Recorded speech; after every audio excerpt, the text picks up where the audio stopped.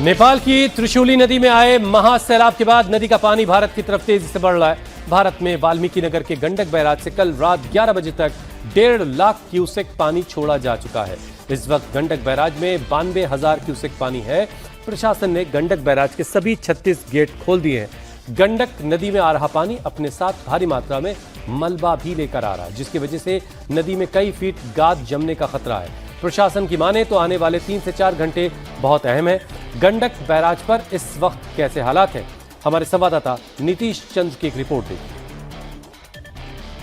नेपाल में त्रिशूली नदी ने जहां तबाही मचाई है, वहां से पानी बिहार में जहां प्रवेश कर रहा है, हम ठीक उसी जगह पर हैं। ये है वाल्मीकि नगर गंडक बैराज और यहाँ पर आप देखिए किस तरह से पानी तेज रफ्तार से आ रहा है। यहाँ 36 गेट हैं और सभी 36 गेट को अभी खोल दिया गया है, क्योंकि पानी आ रहा है और साथ ही साथ मलबा भी आ रहा है। ऐसे में बैराज को नुकसान भी हो सकता है, इसलिए सारे गेट खोल दिए गए हैं। यहाँ से आप देखिए लगातार 36 गेट हैं और सभी 36 गेट खुले हुए हैं और पानी रात करीब 1.5 लाख क्यूसेक आया था और अभी की जो स्थिति है 92,000 क्यूसेक पानी अभी यहाँ पर है। तो ऐसे में यदि अगले कुछ घंटे में पानी और बढ़ता है तो मुश्किलें आएंगी, लेकिन राहत की बात थोड़ी यही है कि जो अनुमान था उस अनुमान से पानी अभी कम है, लेकिन पानी की रफ्तार आप देखिए लगातार पानी आ रहा है और इसमें पानी का रंग आप देखेंगे तो काफ़ी मटमैला पानी दिख रहा है, चूँकि सिल्ट काफ़ी आ रहा है। और ये भी बाद में एक परेशानी होती है, जब गाद बहुत ज़्यादा हो जाता है तो ऐसे में कई तरह की दिक्कतें आती हैं। फिलहाल यहाँ की जो तस्वीर है, नेपाल और इंडिया को जो जोड़ने वाला बॉर्डर है, इसे फिलहाल अभी बंद कर दिया गया है। एक से दूसरे देश में जाने की जो आवाजाही है फिलहाल उसको रोका गया है। और यहाँ आप सामने के हिस्से में देखें, ये जो बड़ा सा ब्रिज आपको दिखाई दे रहा है, इसके दूसरे सिरे पर नेपाल है और हम अभी इंडिया में हैं। लगातार पानी को मॉनिटर किया जा रहा है, लगातार ये देखा जा रहा है कि पानी का जो लेवल है वो कितना है और उसको ध्यान में रखते हुए पूरी तैयारी की गई है। आसपास के जो ज़िले हैं वहाँ भी नज़र रखी जा रही है, प्रशासन अलर्ट है। कल ही माइकिंग की गई और लोगों को ये कहा गया कि वो सुरक्षित स्थान पर चले जाएं, लेकिन अभी के जो हालात हैं उसको देखते हुए ऐसा लग रहा है कि अगले कुछ घंटे जो हैं वो काफ़ी इम्पोर्टेंट होंगे। यदि जलस्तर और बढ़ता है तो ऐसे में मुश्किलें आएंगी। नेपाल में आई बाढ़ से भारी तबाही हुई और इस मुश्किल घड़ी में भारत ने एक अच्छे पड़ोसी होने का फर्ज निभाया। इंडियन एयरफोर्स का C-130J विमान 10 टन राहत सामग्री और जरूरी दवाइयां लेकर के काठमांडू पहुंच चुका है। ये विशेष विमान दिल्ली के पास हिंडन एयरबेस से रात तकरीबन 8:35 पर रवाना होकर काठमांडू पहुंचा और इसमें अस्थायी टेंट, शेल्टर, कंबल, हाइजीन किट, सोलर लैंप और जीवन रक्षक दवाएं शामिल हैं। इंडियन एयरफोर्स ने आगे की मदद के लिए C-17 ग्लोबमास्टर विमान और बचाव कार्य के लिए हेलीकॉप्टर्स को भी तैयार रखा है। सहायता पहुंचने लगी है और जैसा कि मैंने कहा, वहाँ जब भी ऐसे घटनाएं हुई हैं हम लोग हमेशा बढ़ चढ़ के हिस्सा लिए हैं, क्योंकि हमारा मित्र देश है, हमारा अभिन्न अंग है और हमारे जो नेपाल के जो समाज है उसमें कोई बहुत अंतर नहीं है। हम लोग हमेशा एक भाई, बड़े भाई, छोटे भाई और भाई की तरह रहे हैं और आज भी वो रिश्ता कायम है। वो हम लोगों की जिम्मेदारी है कि जो कुछ भी यथासंभव मदद है वो हम लोगों की तरफ से जारी है। बिहार के 9 जिलों में अलर्ट के साथ एनडीआरएफ की 2 एक्स्ट्रा टीमें वहां भेज दी गई हैं। 9 टीम बाढ़ के मद्देनजर पहले से मौजूद थी। इसके अलावा यूपी के कुशीनगर में भी एनडीआरएफ की एक एक्स्ट्रा टीम भेजी गई है। कई और टीमों को एहतियातन स्टैंड बाय पर रखा गया है। ये स्थिति जिस हिसाब से डेवलप हुई है, एमएचए भी इसको क्लोजली मॉनिटर कर रहा था और स्टेट गवर्नमेंट ने, सीएम साहब ने भी अभी असेसमेंट किया शाम को। उसके बाद एक वेस्ट चंपारण जो गंडक रिवर बेसिन के साथ ही पड़ता है और मुजफ्फरपुर, तो 2 टीमें उन्होंने बोला कि यहाँ पे हमको टीमें चाहिए, तो हमारी टीम ऑलरेडी डिप्लॉय हो गई वहाँ पे। और ऐसे ही यूपी गवर्नमेंट ने भी एसेस किया तो कुशीनगर डिस्ट्रिक्ट में एक हमारी टीम गई है। तो ऑलरेडी 9 टीम्स हैं हमारी बिहार में अलग अलग जगह, और 2 टीम्स ये स्पेसिफिकली इस सिचुएशन के मद्देनजर गई हैं। CWC का भी एडवाइजरी था सुबह का, तो हम लोग सुबह से ही उस पे नजर बनाए हुए थे। अब नेपाल में आई तबाही से भारी नुकसान हुआ है। सैकड़ों पेड़, सैकड़ों घर, सब सामान, सब कुछ बर्बाद हो गया। गाड़ियां सब इस सैलाब में समा गई हैं। बाढ़ के बाद पानी के बहाव में लोगों के सामान बह चुके हैं, जो अब गंडक नदी में पहुंच रहे हैं। नेपाल से जो पानी बिहार की तरफ आ रहा है वो अपने साथ कई चीजों को लेकर आ रहा है, मलबे आ रहे हैं। चूंकि बड़े पैमाने पर नेपाल में नुकसान हुआ है और जो तस्वीरें आ रही हैं वो बताती हैं कि जिस तरह से नुकसान हुआ है उसकी निशानी यहां तक पहुंच रही है। आप देखिए नदी के हिस्से में कई चीजें आपको नजर आएंगी। एक बड़ा सा डब्बा आप देखिए, एक ड्रम जो है वो नजर आ रहा है, और इसके अलावा पेड़ के जो बड़े बड़े टुकड़े हैं वो यहाँ पर पहुंचे हुए हैं। यहाँ देखिए किनारे में आपको जो पेड़ का हिस्सा है वो नजर आ रहा है, और यहाँ पर जो तमाम यहाँ लड़के हैं वो रात से ही यहाँ पर बने हुए हैं।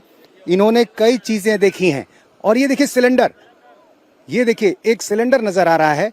चूंकि नेपाल में जितने बड़े पैमाने पर नुकसान हुआ है वहां जो पानी की तेज रफ्तार ने नुकसान पहुंचाया है, कई घर बह गए, चीजें बह गई। वो देखिए सिलेंडर बह रहा है, और ये सिलेंडर नेपाल से बहता हुआ बिहार की तरफ आया है।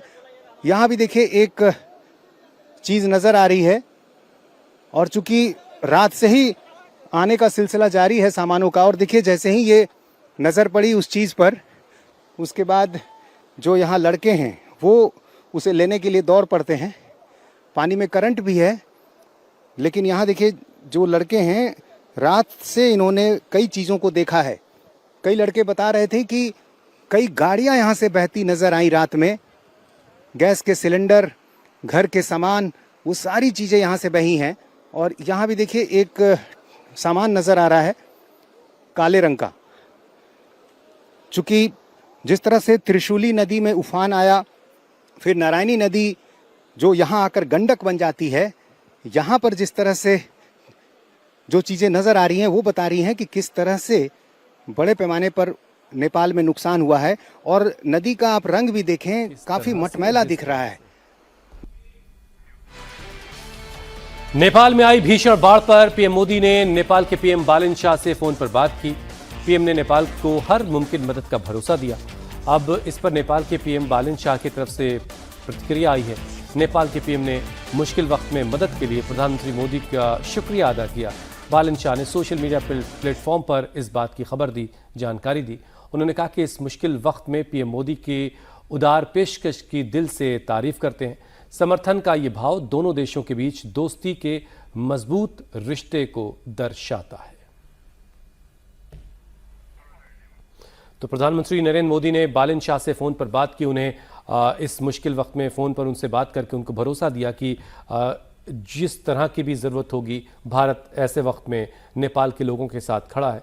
अब इसके बाद बालन शाह ने भी एक पोस्ट के जरिए प्रधानमंत्री का आभार जताया और ये इस बात के लिए शुक्र अदा किया कि इस तरह के मुश्किल वक्त में जिस तरह से भारत की तरफ से मदद की पेशकश हुई है वो काबिल तारीफ है। नेपाल में आई भयंकर तबाही में तमिलनाडु के 57 पर्यटकों में से 37 का अब तक पता नहीं चल पाया है, जबकि 20 लोगों के बारे में जानकारी मिल गई है। ये पर्यटक हिमालय क्षेत्र में एक मंदिर की ओर जा रहे थे और बाढ़ के बाद इनसे संपर्क टूटने से उनके परिवारों की चिंता बढ़ गई। कोयम्बटूर स्थित ईशा फाउंडेशन के भी 77 सदस्य इस भीषण तबाही में फंस गए हैं। उनसे भी अभी तक किसी प्रकार का कोई संपर्क नहीं हो पा रहा है। तमिलनाडु के 37 लोग हैं, पश्चिम बंगाल से 32 हैं, इसके अलावा कई और राज्यों के लोग जो वहां गए थे जिनसे संपर्क नहीं हो पा रहा। महाराष्ट्र के 7 लोग हैं और केरलम के 36 लोग, यानी अच्छे खासे भारतीय हैं जो इस वक्त वहां हैं, जिनके बारे में कोई खबर नहीं मिल पा रही है। हमारा ग्रुप था जो यात्रा खत्म कर चुका था और आज सुबह तिब्बत से इमिग्रेशन खत्म करके वापस काठमांडू जा रहा था। तो हमारे 77 लोग थे। अभी तक कोई संपर्क नहीं हो पाया है क्योंकि वहां पे बहुत जबरदस्त बाढ़ आई थी, तो इस कारण सारे कम्युनिकेशन जो भी है सो अभी डाउन है। वहां पे ऑन ग्राउंड किसी से भी संपर्क नहीं हो पा रहा है हमारा। और we are just waiting to hear back from the authorities कि कुछ इंफॉर्मेशन आएगी, क्योंकि हादसा बहुत बड़ा था और ऑन ग्राउंड भी वहाँ पे लगता है बहुत डैमेज हुआ है। नेपाल में आए सैलाब को लेकर कहा जा रहा है कि चीन ने 45 मिनट की देरी से इस सैलाब की खबर नेपाल को दी, जिसकी वजह से नेपाल में डिजास्टर मैनेजमेंट के लिए वक्त नहीं मिल पाया। अगर चीन ने इंटरनेशनल लॉ के मुताबिक यह खबर रियल टाइम में नेपाल के साथ शेयर कर ली होती तो नेपाल के पास अपने लोगों को सुरक्षित जगहों तक पहुंचाने के लिए कुछ वक्त जरूर मिल जाता। तिब्बत और नेपाल में आई भीषण बाढ़ से जुड़ी इस वक्त की एक और बड़ी खबर आपको बता दें। अचानक आए फ्लैश फ्लड की चपेट में आने से तिब्बत में भी 558 लोग लापता हैं। तिब्बत से ही सैलाब नेपाल पहुंचा और नेपाल में भी भारी तबाही मचाई। नेपाल में 750 लोग लापता हैं, जिनके बारे में अब तक कोई खबर नहीं है, और इसमें 133 भारतीय शामिल हैं। नेपाल में महातबाही के बाद वहां घूमने गए भारतीय पर्यटक अब वापस वतन लौट रहे हैं। यूपी के महाराजगंज में सनौली बॉर्डर पर सुबह से ही नेपाल से वापस लौटने वाले लोगों का तांता लगा। सुबह से बॉर्डर पर लोगों की अच्छी खासी भीड़ दिखाई दे रही है।